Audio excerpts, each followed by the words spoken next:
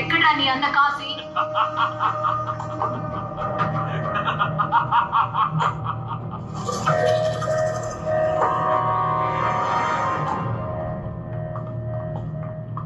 నన్ను పట్టుకోవడానికి నువ్వు ఎన్ని స్కెచ్లు వేశావు. నా మొదటి స్కెచ్కే నువ్వు దొరికిపోయావు చూసావా? అది ఈ గుణాన్ని జాలీగా మాల్కి షాపింగ్ చేయడానికి వచ్చి నిన్ను ఒక డైవర్ట్ చేస్తున్నాడంటే కొంచెమైనా ఆలోచించడం మానేసి గన్ను పట్టుకుని వచ్చేస్తావా? ఆవేశం ఉంటే చాలు, బుర్ర ఉపయోగించాలి. OneTamilMB.us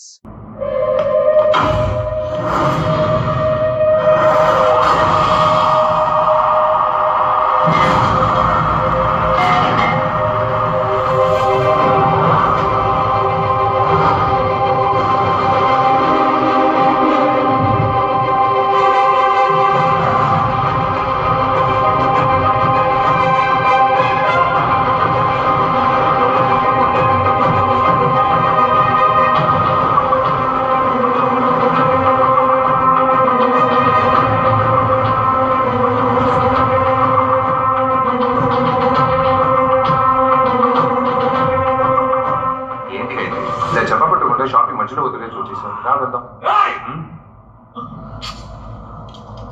బాసు, ఈ రోజు ఈవిడ ఆఫ్ డ్యూటీ, రేపు ఆన్ డ్యూటీలో మీ పంచాయతీ పెట్టుకోండి. నేనే చాలా రోజుల తర్వాత కలుస్తున్నాను.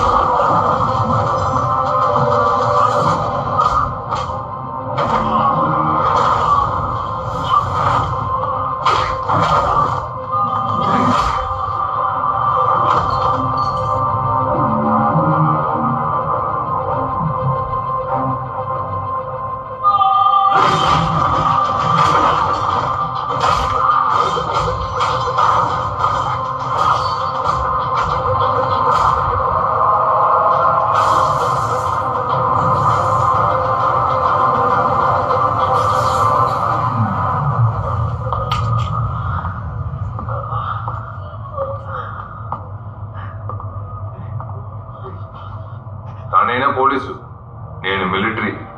ఇంకోసారి తనతో అనవసరంగా గొడవ పడ్డారని తెలిసిందో కుమ్మడం కాదు, నీ అబ్బ కాల్చి పారేస్తాను. వస్తా, ఇందా వెళ్దాం పద. కరెక్ట్ టైంకి వచ్చావు.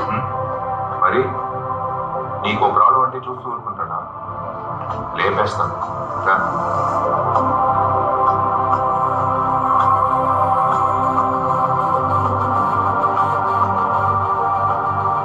నేను కొంచెం అదో రకం మనిషినే.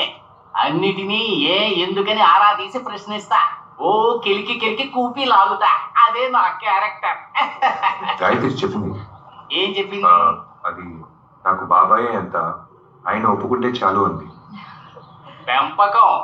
నా చిట్టి తల్లి అడిగిందన్న ఒకే ఒక్క కారణానికి ఏ ఫార్మాలిటీస్ పట్టించుకోకుండా నేనే మీ ఇల్లు వెతుక్కుంటూ వచ్చాను. మీరు మీ అమ్మాయి మాకు బాగా నచ్చారు. కానీ ఈ పెళ్లి జరగాలంటే నాకు నచ్చాలిగా. ఇలా మాట్లాడుతున్నానని మీరేమీ అనుకోకండి.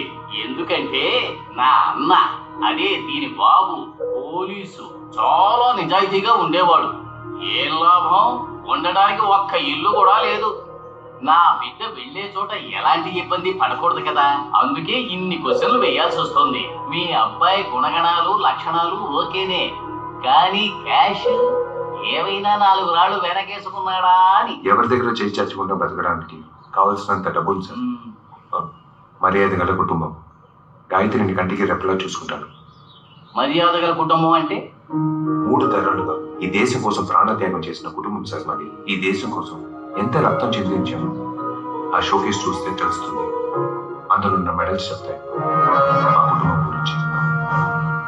అశోక చక్రం, మా నాన్నకి దక్కిన గౌరవం, ఇలాంటివి కోట్లు ఇచ్చినా ఎవరికి దొరకవు సార్. అయిపోయిందా? మెడలుంచుకుని నన్నేం చేయమంటావు చెప్పు. 4 తీసుకోవడానికి కూడా పనికిరాదు. ఏకతో సమానం అనుకో.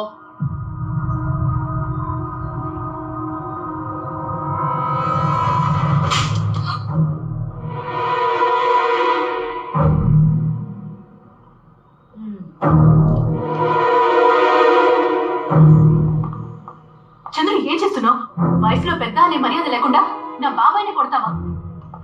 ఎవరు? ఈయన వయసులో పెద్ద పెద్ద మనిషి నేను చెప్పుకుంటే సరిపోదు, దానికి తగ్గట్టు బిహేవ్ చేయాలి. నీ మొహం చూసి ఈయన్ని వదిలేస్తున్నాను. తీసుకెళ్ళిపో. How dare you! ఈయన నాకు నాన్నతో సమానం. క్షమాపణ అడుగు. క్షమాపణ? నన్ను చంపకుండా వదిలేశాడు. ఆ మెడల్ని ఒక్కోసారి చూస్తున్నప్పుడు మా నాన్న నాతోనే ఉన్నట్టు ఉంటుంది. దాని గురించి తప్పుగా మాట్లాడుతున్నాను. అవును, ఆయన మాట్లాడింది తప్పే. కానీ నువ్వు ఆయన క్షమాపణ అడిగే వరకు నేనెప్పటికీ నీ మొహం చూడను, ఈ ఇంట్లోకి అడుగు పెట్టను.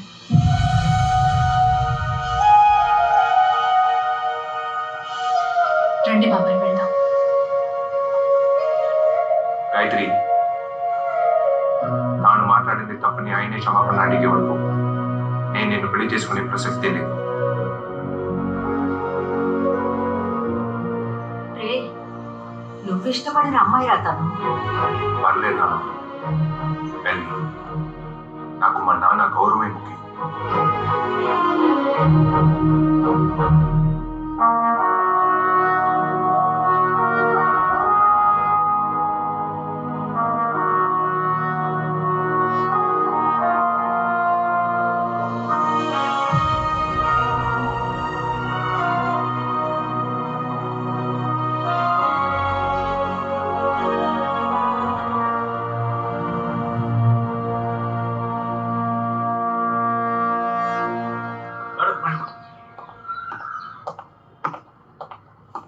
చంద్రు, నేను నీకు ఫోన్ చేశాను, కానీ నువ్వు ఆల్రెడీ బయలుదేరిపోయావన్నారు. నానమ్మకి ఏం కాలేదు, minor head injury, nothing serious. హాస్పిటల్లో ఉన్నారు, షీల్ బి ఫైన్. ఆవిడికి స్పృహ వస్తేనే డబ్బు నగలు ఎంత పోయాయని ఎగ్జాక్ట్గా తెలుస్తుంది. నాకు డబ్బు ముఖ్యం కాదు, నాన్నగారు మెడల్ పోయింది.